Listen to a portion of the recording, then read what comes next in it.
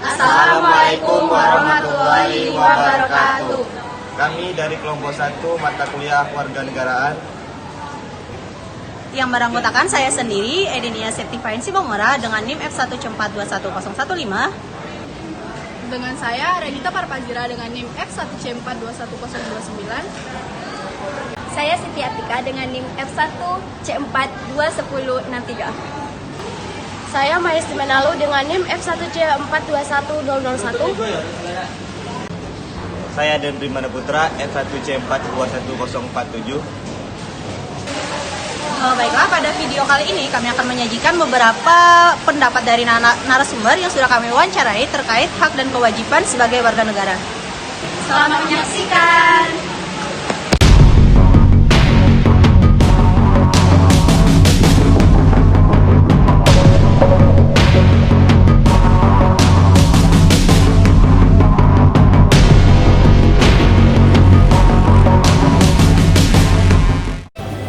Sebelumnya izin Ibu, saya ingin meminta pendapat Ibu tentang masyarakat yang tidak melakukan kewajibannya sebagai warga negara. Oke, jadi kalau pendapat saya terhadap masyarakat yang tidak melakukan kewajiban terhadap negara itu sudah jelas-jelas sebuah pelanggaran. Jadi pelanggaran yang terjadi karena tidak melakukan hal yang sudah diatur dalam Undang-Undang Dasar 1945. Karena di dalam Undang-Undang Dasar 1945 pasal 27 ayat 1 ya intinya kurang lebih tersebutkan bahwa setiap warga negara itu harus memenuhi atau mematuhi peraturan dan kewajiban terhadap pemerintahan dan hukum tanpa ada pengecualian.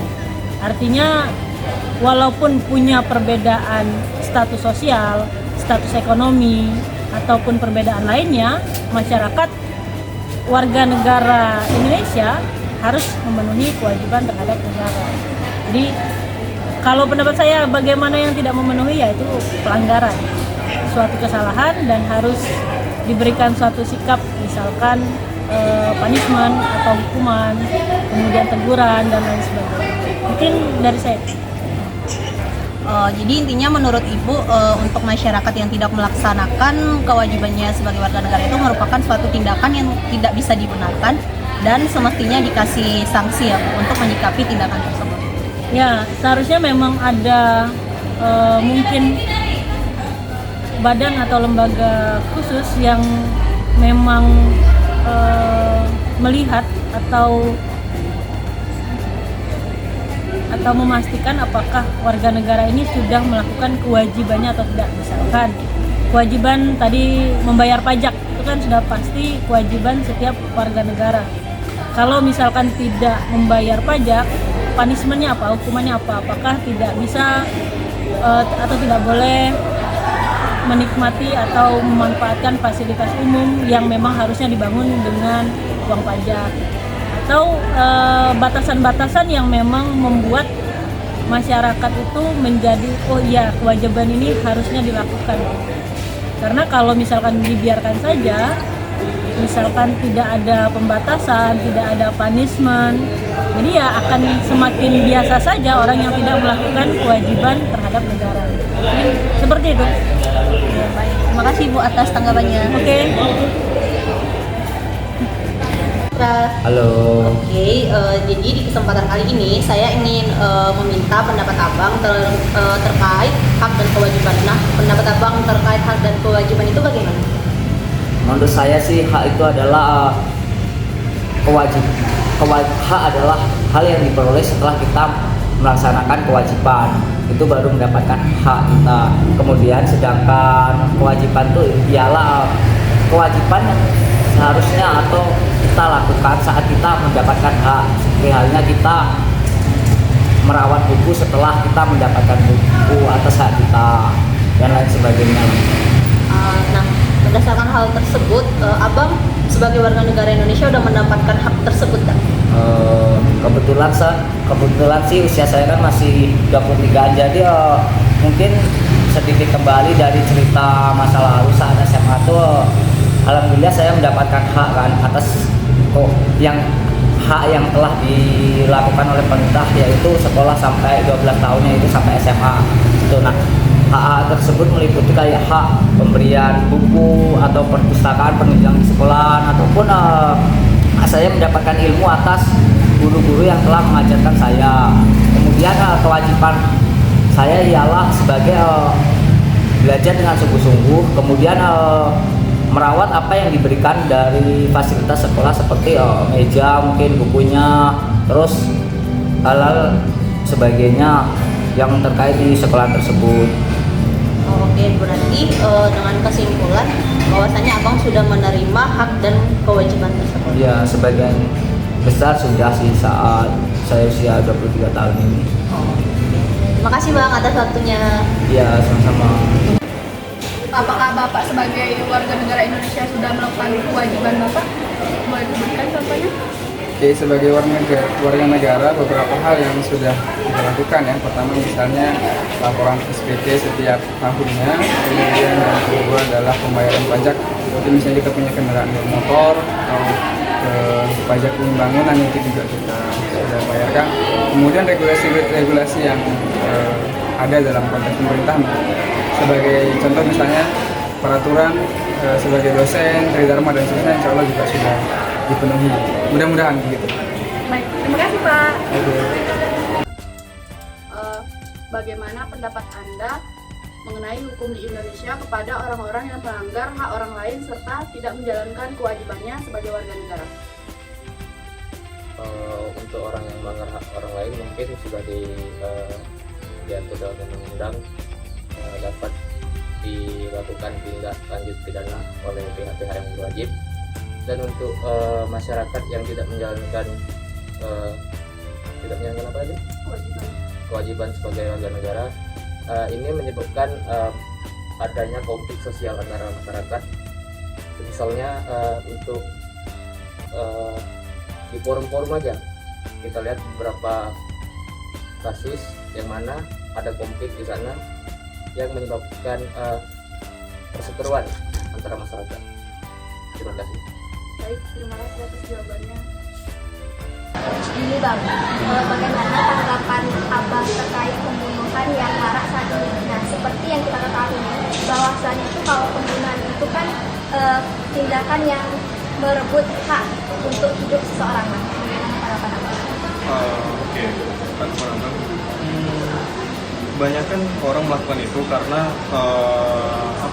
susah untuk mengendalikan emosinya. Jadi ketika dia tersulut emosi, terus tanpa sadar dia punya hasrat untuk melukai seseorang, seperti itu. Dari asalnya cuma untuk melukai, mungkin tidak sengaja ataupun niatnya tidak sekeras itu untuk orang itu, tapi akhirnya membuat orang itu nyawanya hilang, seperti itu. Nah, biasanya juga hal tersebut juga dipengaruhi oleh kepribadian orang tersebut, seperti kesehatan mental orang tersebut, seperti itu. Mungkin lagi banyak masalah ataupun lagi banyak pikiran, dan kemungkinan orang itu untuk tidak berpikir secara jernih. Nah, menurut abang, untuk pengendaliannya sendiri itu lebih ke mental dari orang tersebut diperbaiki. Jadi perlu semacam pelatihan untuk mengendalikan emosi, seperti itu, agar hal tersebut tidak terjadi lagi. Karena menurut abang kalau cuman dengan penegakan hukum kemungkinan tidak akan berhasil, karena biasanya kalau cuma dari hukum orang tersebut tetap bisa melakukannya. Jadi penanggulangannya harus dari orang itu terlebih dahulu.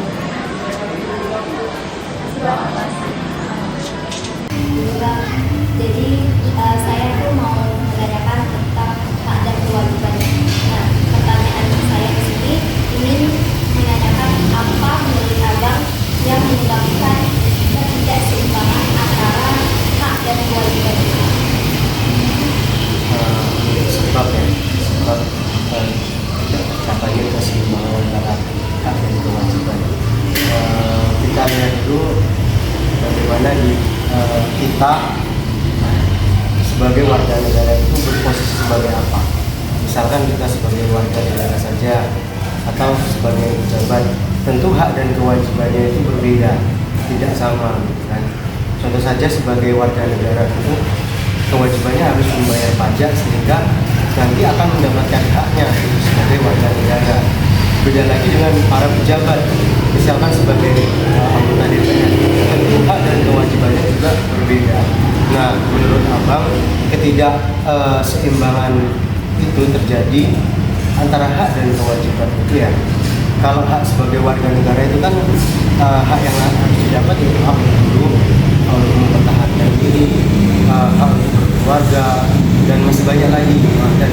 Dan kewajibannya yang harus dilakukan oleh warga negara itu sendiri ya, itu wajib untuk menaati aturan dari pemerintahan.